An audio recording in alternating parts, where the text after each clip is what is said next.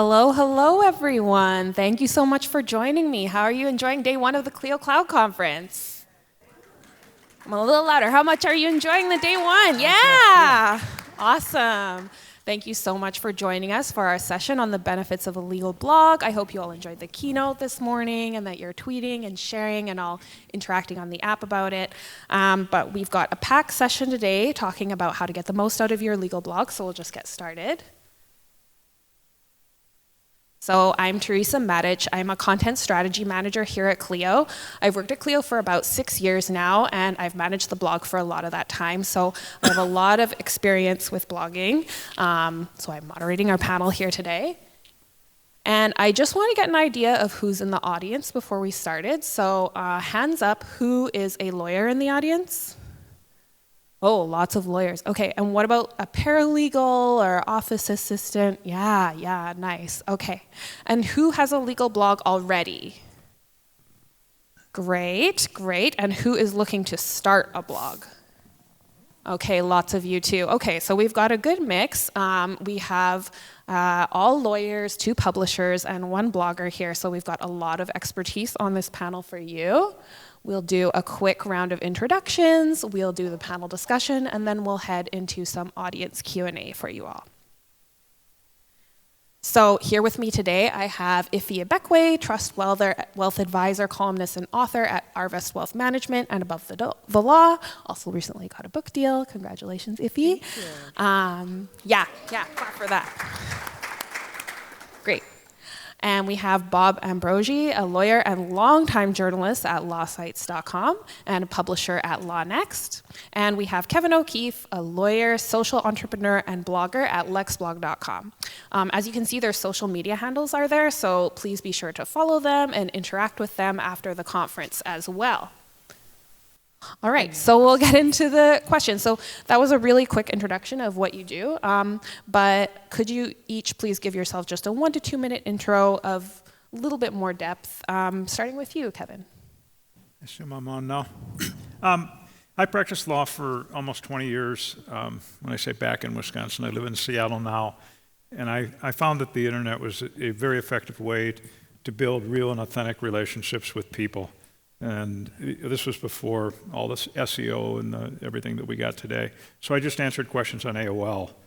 So after founding a company and selling it to LexisNexis in 2001, I stumbled into a blog working in my garage and realized it was the perfect way, again, for lawyers to listen to what people were thinking about and respond to it with real and authentic information. And blogs worked extraordinarily well, for lawyers to do that. And so it's really been my honor to work with lawyers in the United States and overseas where they can publish themselves and get known. Great, thank you, Kevin. And Iffy? So I'm an accidental writer. I remember being in law school, I think I started in 2003, and they said, just so you know, everyone in this room is a writer. I thought, I'm not a writer, but I'm a really good reader.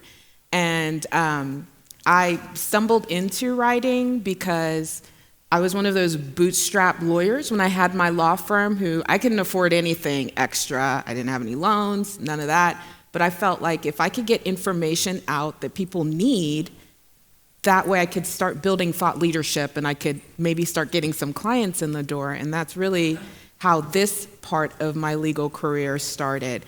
And so just started blogging. And it opened up all kinds of opportunities by just answering questions that people had. And so that's kind of how I stumbled into this. And now I just had another transformation in my career. So I'm now a banker. And so when they're like, who's a lawyer? I'm like, not me. It's the first time I'm not practicing since I graduated. So yeah, it just opens all kinds of doors. Amazing. And finally, Bob. I'm anything but an accidental writer. I mean, I was a journalist who decided to go to law school to advance my career in journalism, and then ended up practicing law, and ended up going back into journalism, and then back into law practice, and back and forth a few different times. But at some point, I started really getting interested in legal technology a long time ago. And I wrote a couple books, and I had a couple of print publications for lawyers about using the web and legal technology. And at some point I realized that print publishing was not a very good way to keep up with how quickly everything was changing in the law and in legal tech. So I started a blog. This year is the 20th anniversary of my blog called Law Sites, where I write about legal tech. And I also write at Above the Law. I'm a columnist there. And I also have a podcast on legal tech and innovation called Law Next. Amazing. Thank you so much. I want to hear a little bit more about all of your stories, but Ivy specifically, so you do guest blogging, and I'm wondering if you could tell us a bit more about how you got started blogging and how that eventually led to your book deal, which is amazing. Well, yes, I am a guest blogger at Above the Law. I write about small business law. So any kind of thoughts that pop into my head about that, which I actually at this point, I'm like, I think I've exhausted everything I have to say. So like my latest have been a lot of how do you feel about death and, all these other tangential topics. But I was asked to start contributing because I had built a pretty significant social media presence as an estate planning attorney, which is usually not what you expect from an estate planning attorney. And I think that had opened all sorts of doors to me for speaking and consulting and other opportunities like Above the Law. And Stacy, who's one of the editors there, I don't know if she's here, but I think I saw Joe. She's not here, right? She just asked if I wanted to write weekly for Above the Law, and I did that. And the way it dovetails so nicely, I've been writing for them for almost 2 years. And when I decided to write a book about estate planning, and my book is for regular people, just people like most of you probably who kind of know about estate planning, but you haven't done it, or you don't really know what you're supposed to do, or you don't want to do it, or all of that. It's a how-to manual. And when I was pitching my book to agents, one of the things that I put on my proposal was, here I'm a thought leader in this area of the law, and using the blog as credibility to be able to stand behind. You should go ahead and sign me because my community listens to what I have to say about this, and that's basically how it relates to getting the book deal. I use that as one of the things in addition to just speaking, but that's how it ties in. Yeah, that's really cool. That sounds like what Jack was talking about earlier with that flywheel effect. Like the more you invest in thought leadership, the more people see you as a thought leader, and that affects your business and your career. That's so great. Such an inspiring story. Thanks. And Bob, similar question for you. So as you mentioned, it's the 20th anniversary of Law Sites. Congratulations. Thank you. But you started that from scratch. And now today it's kind of a publication of record for the legal industry, especially on legal tech. So how did you get there? How did you do that growth? I think if you do anything long enough, it starts to gain some traction. I think that's part of it. But actually, something I was saying to somebody last night is there is value in starting to have perspective on how this industry has evolved, because it has evolved so dramatically in 20 years. In just the last 5 years, it has evolved so dramatically. So, I was one of the first people to write about Jack and Ryan when they launched this company 14 years ago, and I've been at every ClioCon. So, I think that gives you perspective, and I think that perspective can add value to writing and coverage and what you're doing. So I think that's part of it. I think also just persistence. I think one of the keys, you can talk about this more later, but one of the keys to blogging is just keeping at it and just keeping publishing. And sometimes, as you said, sometimes it's a struggle to come up with stuff, and other days you're just overwhelmed with things to write about, but you just got to keep at it. Yeah, absolutely. Consistency is so important. And yeah, show up. And then, Kevin, my question for you is, LexBlog is a platform, and hundreds of thousands of blogs have been published on it. So I wanted to ask you, what trends do you see? Like, what separates the blogs that are successful from the ones that are not? Probably two things. One is passion, and I tell law students when I speak to them, if there's 100 people in the room, I say there's only one or two that are really going to act, and then the rest of them are going to fall back and be like everybody else. And so they're not going to do those things that differentiate themselves from others. And it takes work. And I think sometimes lawyers say, well, we're too busy, we don't have time to do anything else. And I was a lawyer for almost 20 years as a trial lawyer, and I was busy, but there was always time to do what was required to do to differentiate yourself. And so if you have passion for a particular niche, and very much a niche, it's not family law in Tennessee, it might be a particular type of issue relating to family law. It's not cannabis law, it's maybe cannabis law for financial institutions so that you're a must-have publication to read nationally. It tends to be individuals, it's not done as a group. Everybody wants to be in a group because it provides some shelter, but there aren't any statutes to groups of people, they tend to be for individuals. And so if I think of the outstanding legal blogs, I tend to think of a person. And their audience tends to think of them as a person too. So you could have a blog which has multiple people, but usually what happens after a while is it turns out not to be that great because there's no identity and no passion for it. And so blogs tend not to be remembered at the end of the day for most of them by their name. They tend to be remembered by the author. So it's passion and niche, willing to set yourself apart to achieve extraordinary things. You have to have a belief that this is going to be the greatest thing I've ever done in my practice. And if I'm not feeling that way at the end of a year, you're probably doing something wrong. At the end of 2 years, you should know it. You should have the ability to support your family. You should have the ability to send your kids through college and pay the tuition and not worry about it. You should have the ability to go on vacations, be called to come and speak and have your way paid there because you blogged. And that's a great life as a lawyer. At least nobody did that for me when I was practicing. Yeah, absolutely. And I love that. I love the call out for passion and finding your niche, because there's always something people want to learn more about that maybe somebody is not necessarily writing about yet. So my next question is, if people are doing those things and they've got their blog going, how do they know that it's working? How do you measure the success of a legal blog? I'll ask all of you this question, but starting with you, Kevin. The way your accountant would measure success. It really is. It's from the get-go, I didn't really know it would generate revenue for lawyers, but I had great faith that it would. And I was selling a solution to lawyers and telling them that, and it did. And so there's lawyers that started a blog that are now leading legal at the New York Times. They're the leading lawyers in the country on particular niches. They measure it with the bottom line. So if you're generating $4 to $6 million a year and you're spinning that off to other lawyers in a not that big of a firm, you're doing something right when you're writing on business dissolution issues in New York.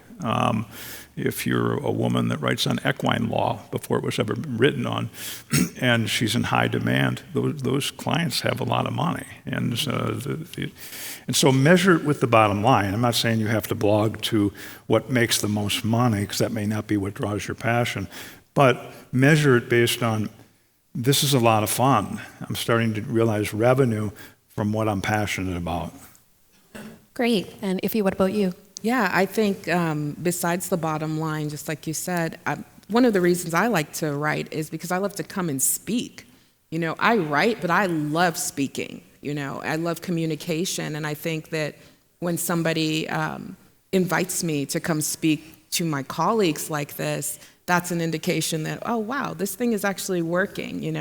I'm not making $4 to $6 million writing for Above the Law every week. They can tell you how much they pay. It is nothing. And another thing I love about it is feedback. The emails I get every week, and I got one last week where a woman said, I always love your articles. I always read the articles without reading the byline, who wrote it. And it's always you when I go back and check. And I just thought, that is the biggest compliment to receive emails. And I've received emails from lawyers in Rwanda. A lawyer in Rwanda wrote me and told me, I was like, why are you reading this? And so I think that just getting that affirmation from colleagues saying, I'm applying this in my firm. Yes, I've struggled with this as well. This is something I'd let go. Can we talk? And that's the other part. They always say, hey, can we get on a call? And I was like, I don't have time to get on a call. But, just the idea that people look and I like that part of it, just connecting with lawyers all over the world and them saying that it has added value to them. That's very rewarding for me personally. Great. And Bob? Let me start by answering what isn't the measure of success, I think, which is numbers. I talk to a lot of lawyers, especially at bigger firms where they've got their marketing people sort of watching their back on their blogs, and their marketing people are thinking, we just want to get as much traffic as we can, and if the blog isn't getting a lot of traffic, then it's not successful. And that's absolutely the wrong approach to it. The right approach is, are you conveying something of value to the audience that you are trying to reach? And is that audience getting something out of it? And your audience, depending on your niche area of law, I mean, you might have an audience of a very, very small audience, but if you're conveying value to that audience and they're reading your blog every day because they are getting value out of it, that is success. That is what blogging is all about. And Kevin talked about getting business. I mean, so many lawyers I've talked to have said just about every lawyer I've talked to about blogging who's had a blog for any period of time can tell you they're getting business out of it. It's not always direct. It's not always coming in saying, I read your blog, therefore I hired you. But they know you. They come to respect you. They come to understand that you are an authority in your field, that you know what you're talking about. And sometimes it's not even the blog connection. It might just be, oh, I know you. Where do I know you from? I'm not sure, but I know you. So that's what success is all about, I think. Yeah, absolutely, and great call out to look a bit further. You do want to make sure people are reading it. If you only have maybe one person reading your blog, that's a sign that you might want to write on something else. But yes, that is not the end all be all, and you have to look further. And I'm wondering what you think about using kind of metrics like if you have Google Analytics set up for your blog, if you're looking at things like time on page, if it takes you 5 minutes to read, are people only spending 30 seconds on the page? And then an even bigger one is the bounce rate, which is how many people are coming to your page and then leaving, and are they going further into their website? Are they wanting to read more about you and learn more about you? Have you heard about lawyers using those kind of things? Yeah. Yeah, I often say it's not how many people are reading your blog, but who's reading your blog. Yeah, yeah, that's great. And so a little bit further, on to that point, the description of this session talks about how lawyers use blogs to grow their lead lists. So I'm wondering how much you know about that. How have you seen lawyers be successful with that? I'll start with you, Bob. We'll go in reverse this time. Yeah. After I just said you don't need to have a lead list. Well, I guess a lead list is something different, I guess. I mean, there's a lot of ways to grow it. I mean, I think just making sure you have that email sign up on your blog. A lot of blogs don't have that. I am not adverse to having those kind of obnoxious little pop-up things for the first time somebody comes to your blog to encourage them to sign up, as long as it goes away after the first time they've come to your blog. I know I've talked to bloggers who will do things like giveaways. There's a lawyer blanking. Was it Vlahos on your? He's on Lex blog. He's Which one? The guy, is it not Vlahos is the guy's name? I'm blanking on what his blog is, but he was at a firm and had to move to another firm, and he couldn't take his blog with him because the firm claimed they own the blog. This is a whole other issue you should be aware of when you're starting a blog at a law firm. But so he basically just started the blog all over again and wanted to build up that list all over again. So he gave away T-shirts, and he said, "You sign up to subscribe to my blog, and I'll send you a free T-shirt." And why not? And so I'm sure he's getting subscriptions because of that. Amazing. And Iffy, what about you? I'm trying to think back. When I had my practice, I didn't have signups per se for the blog, but I did have that obnoxious pop-up. And that you'd be shocked how many people will sign up on that, just to be able to be reminded for any kind of information you're putting out there. I didn't give away T-shirts, but I'm not averse to it at all. I think that if you can stay front of mind, my fear, or I'm at this point now where I feel like I have been bombarded with information recently. I don't know if anybody else can relate to that, just information fatigue.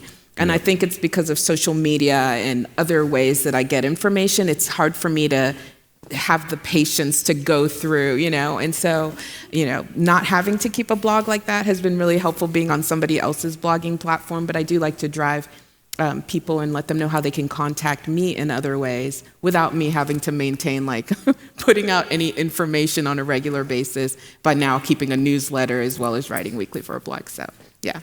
Yeah, totally, and that's why guest blogging can be so Guest powerful blogging is as awesome. well. Yeah, Yes. totally. And Kevin, what about you? How do you What was the question again? How can lawyers use blogs to drive growth in their lead lists? How can they drive? Growth in their lead lists. Yeah, I mean, blogs will drive, traffic to websites. They'll drive traffic to email subscribers. It just naturally grows, or organically. And the thing that's changed from 15 years ago, or 20. Bob started 20. I started 19. There was no social media. I mean, in fact, blogging was called blogging and other social media. So.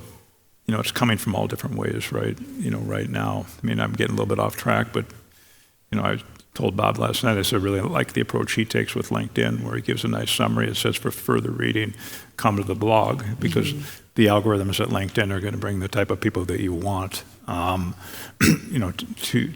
you. And then you have, everybody gets their information in all different ways, so you have to do it for them, not for necessarily for you. Over years I did it via Twitter. Yeah. Yeah, that's a really good call out. And I mean, you all talked about remaining top of mind. So it's great to build those lead lists, those email signups for the blog. There's a lot of solutions that will allow you to automatically send out a weekly blog newsletter, things like that. But even just having things on LinkedIn, Twitter, across social media, and remaining top of mind, so that when someone's like, oh, I want to buy a house and I know this person from Twitter, then that's how it works out, and you stay top of mind. Right. So great segue to the next question, which is how can you reuse your blogging efforts to for your social media and sort of not redo efforts? And Kevin, you kind of answered this a little bit already, but Iffy, maybe I'll start with you. Yeah, I think that, to Kevin's point, synthesizing it for different channels, so you're not recreating content for every place that you place it. Some people are Twitter users or Instagram users, or they love LinkedIn. Just spoon feed it to them in a way that they can receive that same content. So just like that habit of, when you publish something, let people know that you've published something. You don't have to publish it again in full detail, but a summary, or a snippet, or however you present that information in that platform, so that it makes sense for the person who's interested. I know that Instagram even has that thing where you can have a photo. Say you want to write about this conference, you take a photo of us, and you click the photo, and it'll link you to wherever you wrote about. So it doesn't even have to be housed in separate places. It's just the matter by which people reach it. Absolutely. And Bob? Yeah. You're asking about how to integrate social media with your blogging? Yes. I publish everything I publish on my blog. I'll put out on Twitter and LinkedIn and Facebook. I have found over the years that it's interesting. For a long time, Twitter would be the most fruitful of those. When I posted something on Twitter, I could trace a lot of traffic coming back to my blog from that. Lately, LinkedIn seems to be driving a lot more stuff back to my blog. I hate LinkedIn, so it pains me to say that, because I just don't like the whole LinkedIn thing. But I'll always put a snippet of something, and then read more on LawSight's blog on LinkedIn. But I think one of the mistakes that some bloggers make, another mistake that I see bloggers make, and again, often from larger firms where there's like a marketing department behind the blogging, is that they'll put stuff out on social media, but then they fail to follow up or engage with the people who then engage with the stuff they put on social media. So I'll blog about something, and then people will start responding to what I've blogged about. And if I'm not there to then respond back and kind of have that conversation on social media, then I'm really losing an opportunity, I think. So I think that's important to not just put it out there, but be part of that community discussion that it might generate. Absolutely, because people have already heard from you, and then they want to hear from you more on like the platform that they're used to interacting on. Yeah. Yeah. Kevin, what about you? How do you see lawyers succeed with integrating blog and social media? Yeah, I think people lose sight of the fact that it doesn't matter where you engage people. So I would call blogging as networking through the internet. So if you would go to a cocktail party, you would walk into the room and your goal would not be to shout out of a bullhorn and get attention. And that's where lawyers tend to act and law firms tend to act on social media. I put stuff out there so that people will stop, click on it, and come back to my site. I mean, imagine if you went to a cocktail party as far as Clio and you said, well, wait a second, I'm going to drag you outside from where you are, where everybody's gathering. You don't do that. The key is to engage people and to build trust. And it's very easy. I mean, we don't have time to talk about it today, but it is not hard to find the people that you want to engage using social media. So if I want to engage law librarians which didn't know me because we were building a blog archive, I can create a list on LinkedIn around law librarians. And all of a sudden they start to follow the list and they start to follow me, start to get invited to things, and we're getting some traction on what we're building. It's that conversation. I mean, Teresa was very good at it. When you started doing the blogging at Clio, I didn't know who you were, but I knew who you were very fast when you started citing me in Clio's blog and then mentioning me that I was cited in Clio's blog, because we all want love. We cannot resist it. So if you want to meet somebody that is a leader in your field, in your niche, and you mention their name in the blog, or you mention their name on Twitter, so you share your blog post maybe with a quote, and you give a hat tip to Teresa. What does she do? She sees it. It bubbles up on her iPhone. You give a hat tip to Jack Newton. He'll respond within about 15 minutes. And so what you're doing is you're entering the conversation, what these people have already said, and that's how you use social media wisely. When you're using it LinkedIn, if you reference somebody with a block quote in your blog post, and that's the best way to blog, is to reference what somebody else said. If it was a New York Times reporter, and you reference them, and you let them know they're going to respond. You might even connect with them on LinkedIn. So it's this type of conversation that you're in. Your blog is part of it, and it has to be there. You can't just say, I'm going to use LinkedIn, because you need this legacy that you're building, and it's growing over time. It's an ongoing book or magazine that you're doing. But as you do it, be thinking about, I'm joining the conversation, I'm referencing what other people wrote, I'm going to say why I shared it, what my take is. When I put it out on Twitter, I'm going to give a hat tip to the authority that wrote this or the authority that was cited. Same thing at LinkedIn. And then what you're doing is you're saying, who am I meeting as a result of this? And if you do it right on LinkedIn, somebody might like what you wrote. You might find they're in your same town because their algorithms are working. You ask to connect with somebody that liked it. Next thing you know, you're getting together for lunch, and they're a business leader in your community. It's not that hard. Yeah, I love that. And I love how you painted that picture of like the whole kind of journey of when you first connect with someone and how it can kind of snowball and you build more of those connections as Bob was mentioning, you continue that conversation. Yeah, that's a really, really great call out as a way to connect with the community.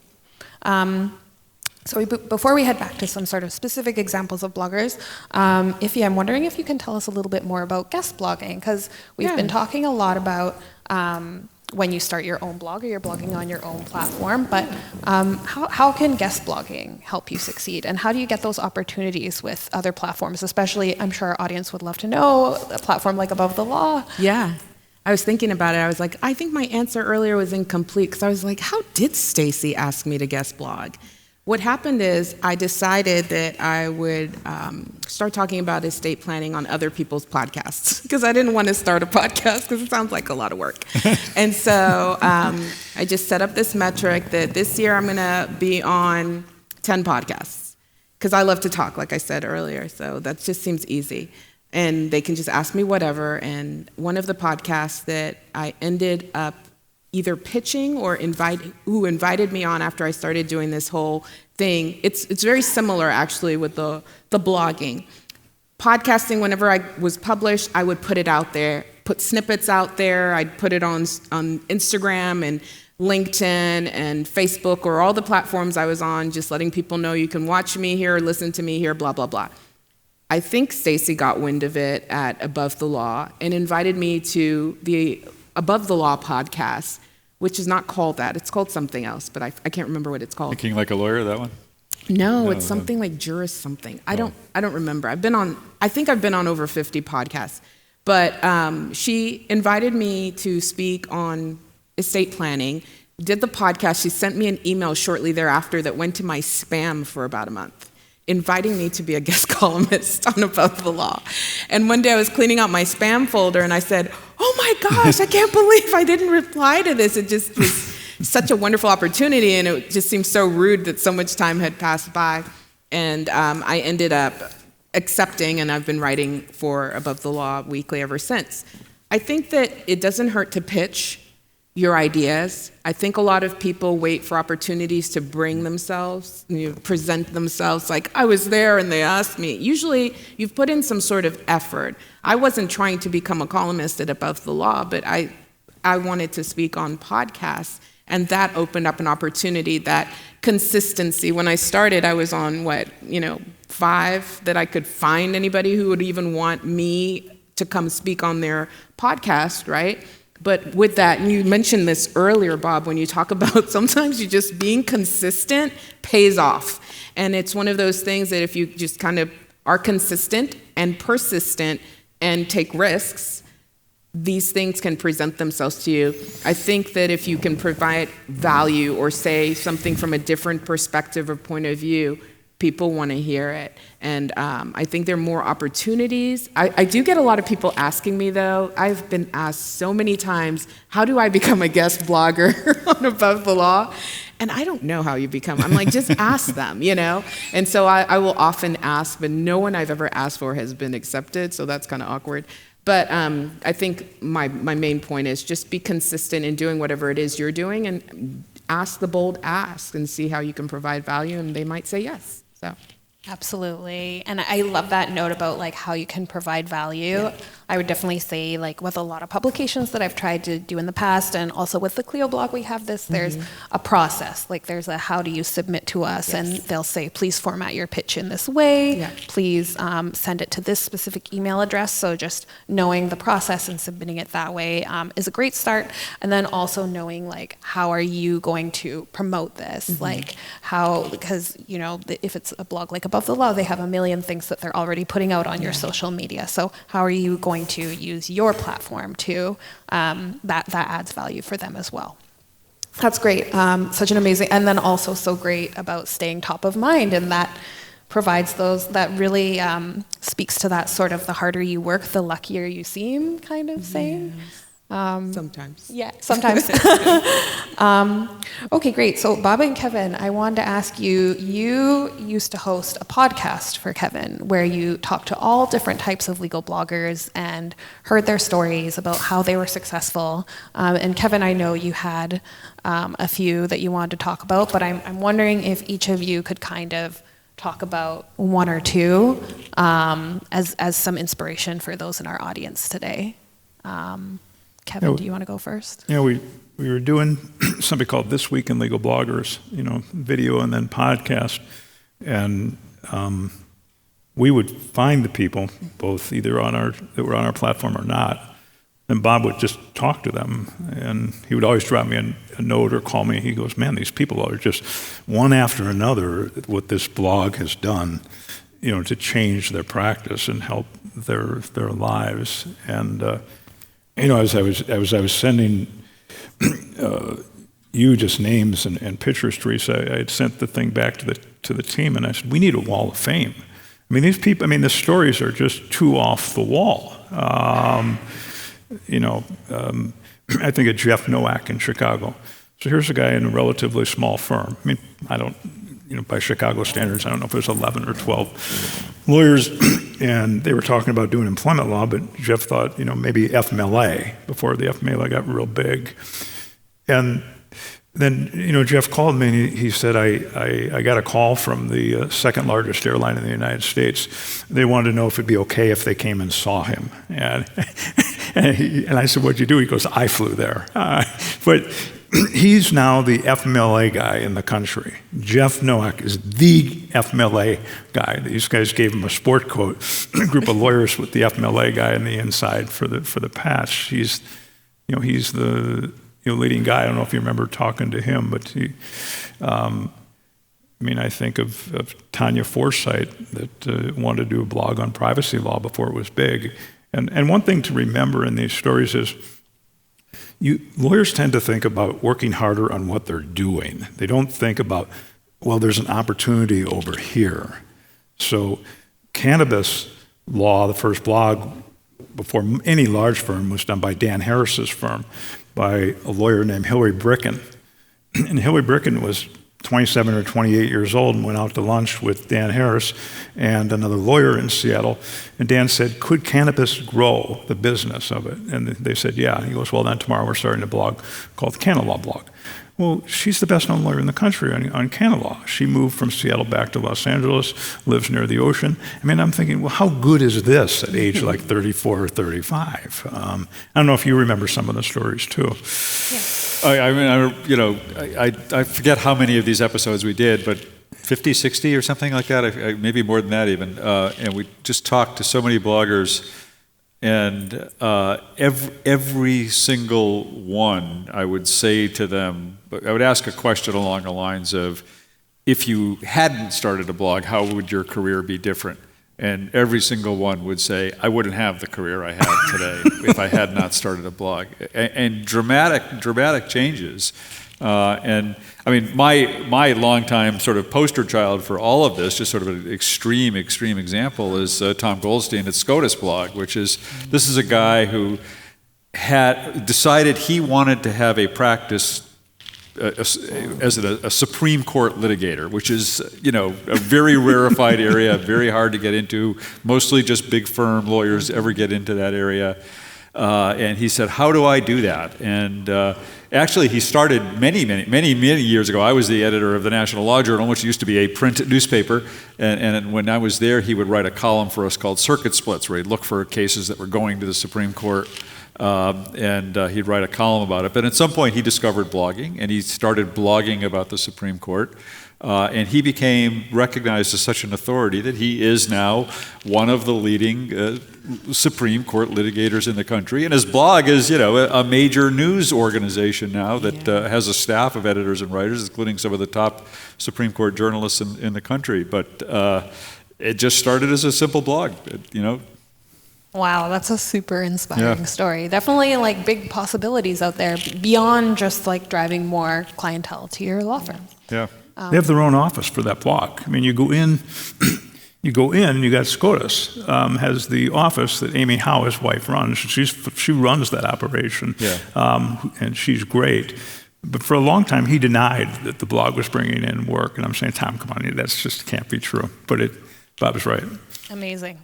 So before we get to some audience Q&A, I wanted to have a bit of a hot take round, just because a few of you, when we were getting together for this panel, mentioned that you get the same questions all the time about blogging. And a lot of them are like very quick answers. So we're going to move very quickly just so we have a little bit more time for some questions from the audience.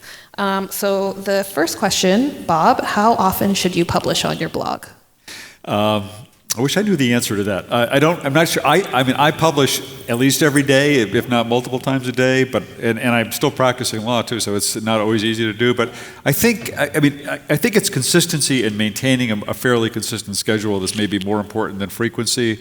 Although I will say that based on a whole bunch of all of these interviews that we were just talking about, where I talked to a whole bunch of bloggers, they all seem to be feeling that at least weekly is kind of the minimum. You got to at least be doing weekly. But for some of them, it is just weekly. It's like every Friday or every Monday or something like that. They'll put up a post. Okay. So I think that's about it. Yeah, great. Okay. Yeah. Hot take round. So we're going to move super fast. Iffy. Consistently. Okay. When I think I'll enjoy it. Okay. Two different answers there. You can talk to them more about that after the presentation. I'm a consistency gal myself, but that's all good. What time of day should you publish, Kevin? What time of day? Yes. You can also say when I enjoy it. It could be at night, it could be in the morning. Okay. Iffy? Whenever above the law wants it. Okay. Makes sense. Morning. Morning, yes. I'm a morning gal myself also. Do you need an image to go with your post, Iffy? I like it. Yeah, I agree. What was the question? Do you need an image with your post? Like, can you just post it with no picture with it, or do you need a picture? I always prefer to have a picture, but that's partly also just the layout of my blog is set up so that I want to have every post have a featured image, and I use images in the post as much as I can. I'm writing about tech more, so I like screenshots and stuff. So. Okay, great. And Kevin? Yeah, my team built a theme for a picture, but it's kind of a pain in the ass to have to spend more time looking for a picture than it is writing a post. Yes, at that point, just... So it's a whole nother issue, and then you need it for social media sharing. Okay, and Kevin, do you need to include the publish date on your post, or can you Do I not? usually what? Publish date? Yeah. Yeah, absolutely. And I think if somebody doesn't have a publish date on it, my inclination is to think it's being done for search engine optimization and not really offering insight. Yes, and search engines do like to see that nowadays too, sometimes. Iffy. Same date. Drives me crazy when they don't have a date. So Of course you need to have it. You're the news, so you need to have a date on yours. How long should a blog be? Again, it depends what you're writing about. I think there used to be this idea that they should be fairly short, 400 or 500 words, maybe at most. I've seen posts that are 3,000 or 4,000 words, but if it's worth reading, people will read it, and if it appeals to your audience. So it really depends on what you're writing about and for who. Okay, Iffy? I agree. Okay, great. As long as it needs to be. Stop when you said what you need to say. As long as it needs to be, yeah. Okay, and finally, are bylines important? Do you need to have your name? Actually, you know what? I'm going to skip this one because the answer is going to be yes from everybody. I think we've covered that having your name out there and starting the conversation with your audience is super, super important. So with that, we're going to move into some audience Q&A. So if you could just put your hand up. All right, I am going to just go into the audience and bring the mic to people. And just say your question and who your question's for, if it's for anyone specific. Well, mine all have something in common. I've got a couple questions, but basically they have to do with, I don't have a lot of time, right, like everybody else. So I'm wondering if, is it true or false that the trend now is to get away from blogging and more towards the podcast? That's part of it. Should I invest my time in a podcast or in a blog? Second thing is, should I hire a social media maven to do all these secondary things like get notice of the blog on LinkedIn or Instagram or wherever you do it and all that? So those are the two questions. Bob, you seem to be looking over here, so I'm going to throw that to you. I mean, I do both a blog and a podcast, and I do actually a couple different podcasts.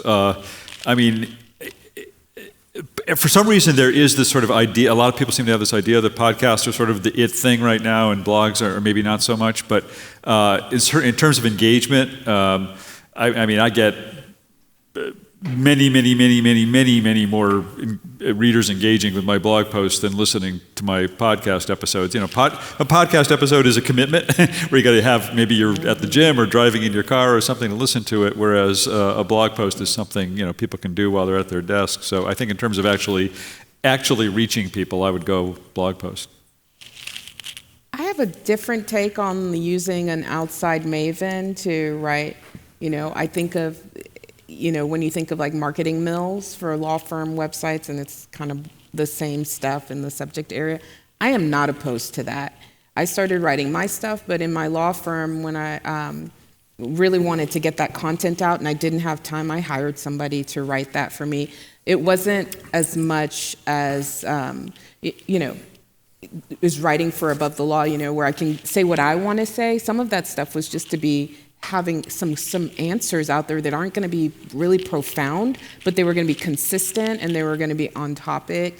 And I found that to be helpful in driving traffic. Great, and we have another question over here.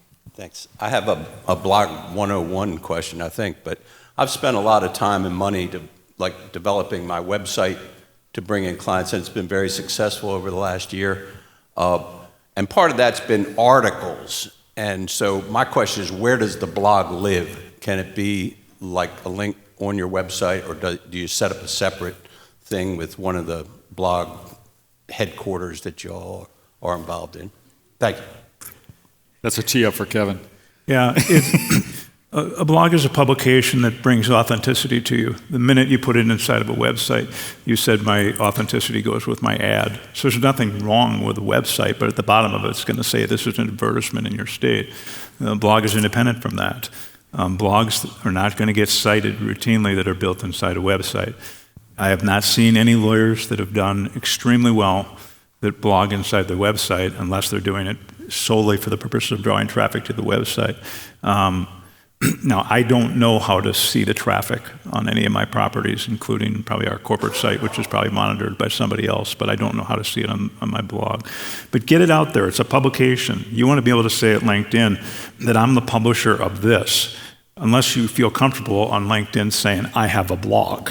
I mean, you don't do that. And so I feel very, very strongly that way. And the people that I've seen have tremendous success from blogging have all had blogs independent of their website. Let your website be what it is: profile of you, profile of the firm, your contact information, the type of services that you offer.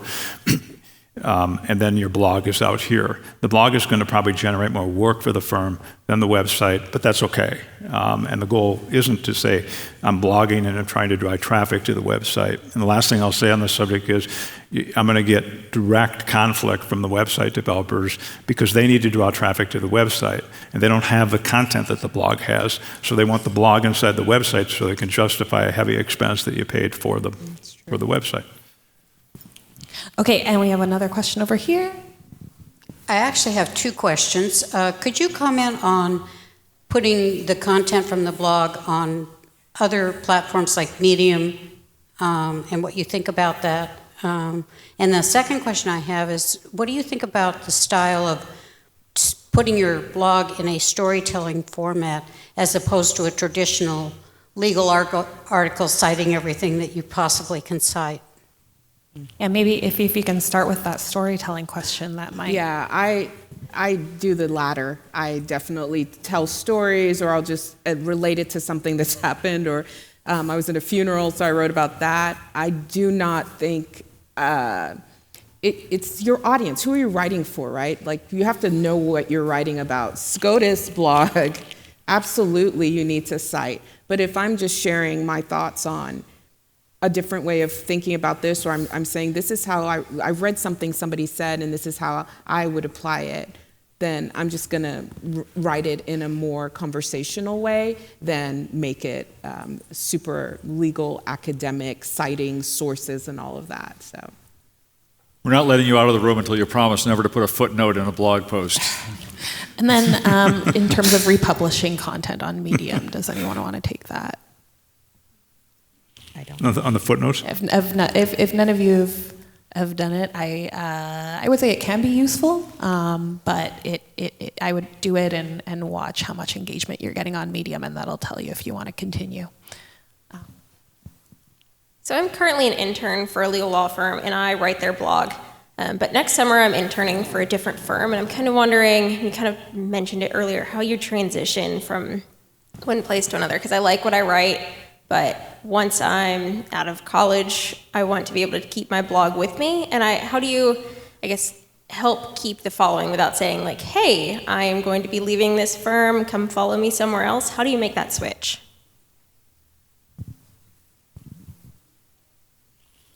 I didn't even hear that.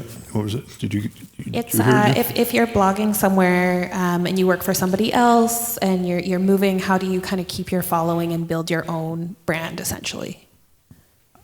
I mean, I think if you're at a firm and you're going to be starting a blog, you may need to establish that right up front in terms of who owns that blog. Especially depending on what your role is in the firm. I mean, there could be.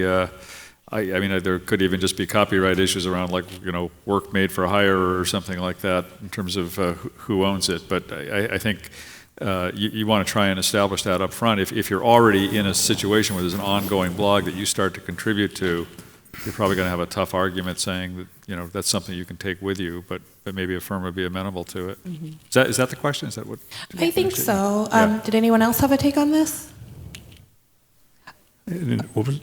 Okay, I would also say like social media is very useful for that. You want to be sharing from the firm's accounts, but you can also, nothing is stopping you from sharing from your own accounts. And like Kevin said, people are going to start to hear from you there. And your personal brand online is kind of something that is irrespective of where you work. I have talked to lots of lawyers who, especially this podcast episode series we were talking about, who they made it very clear with their firm, this is my thing. If I leave someday, I'm taking it with me, and that's it. So. And the strange thing about the firm and the lawyers is that if I walk into a pretty good law firm, they'll have a marketing group be handling theoretically the blogs. The good blogger that's over here that's bringing in the money wants no part of that marketing department at all. There's nothing they can do to help her or him because they're over here networking through the internet. They know how to publish in such a way to reach their audience, to build a reputation. And the crazy thing is they're bringing in more work to the firm than they can handle, than she or he can handle. But they don't want to be part of that marketing department. And so they've gone out and built their name. And I don't think that firm wants to take the chance of saying that's our blog. Because what's going to happen is that people are going to realize that the firm kept the blog, and the firm's going to look like an idiot. I had a person that worked in a bank in Minneapolis. They said, "Are you kidding me that the firm took the blog? Why would they ever do that to that lawyer?" So it does get talked about, and if it costs $5,000 or $10,000 because you got one kind of asshole partner that wants to, over lunch say we shouldn't let them take their blog because we own it. Then you pay the $5,000 or $10,000 and you leave. That happened in the case of, a lawyer that I already mentioned earlier today. Yeah, great. Okay, I think we only have time for one more question. I know I already pointed to people. I'm so sorry. I'll get to that after. Hi. So I'm directing this question directly to Iffy, as well as any of the other individuals who have used other people to provide their services. But do any of you, or you specifically, Iffy, having mentioned that you've done it before, have any experience with AI for the blog writing? And have you had any experience with what that work product looks like or anything that's really coming out on a good basis? No, I have not. I have looked at it just out of sheer curiosity because I'm a curious person, and I think I was listening to some podcast where they said that an AI had written a whole book and they had put in information and it spat it out. But no, I have not personally used AI to write blog posts. Okay, thank you. Oh, Bob, did you have something? Well, I was just going to say, I have a son who likes to play around with computers, and he at one point took all of my above the law columns for I don't know how many years of them and fed them into some AI algorithm, and then generated a column I wrote, and it was pretty funny, but it was not something I would ever publish. Fair enough. All right. Thank you so much, everyone, for attending our session. And thank you for joining me, Bob, Kevin, and Iffy. That was really, really great. Super. Can we get a hand for Bob, Kevin?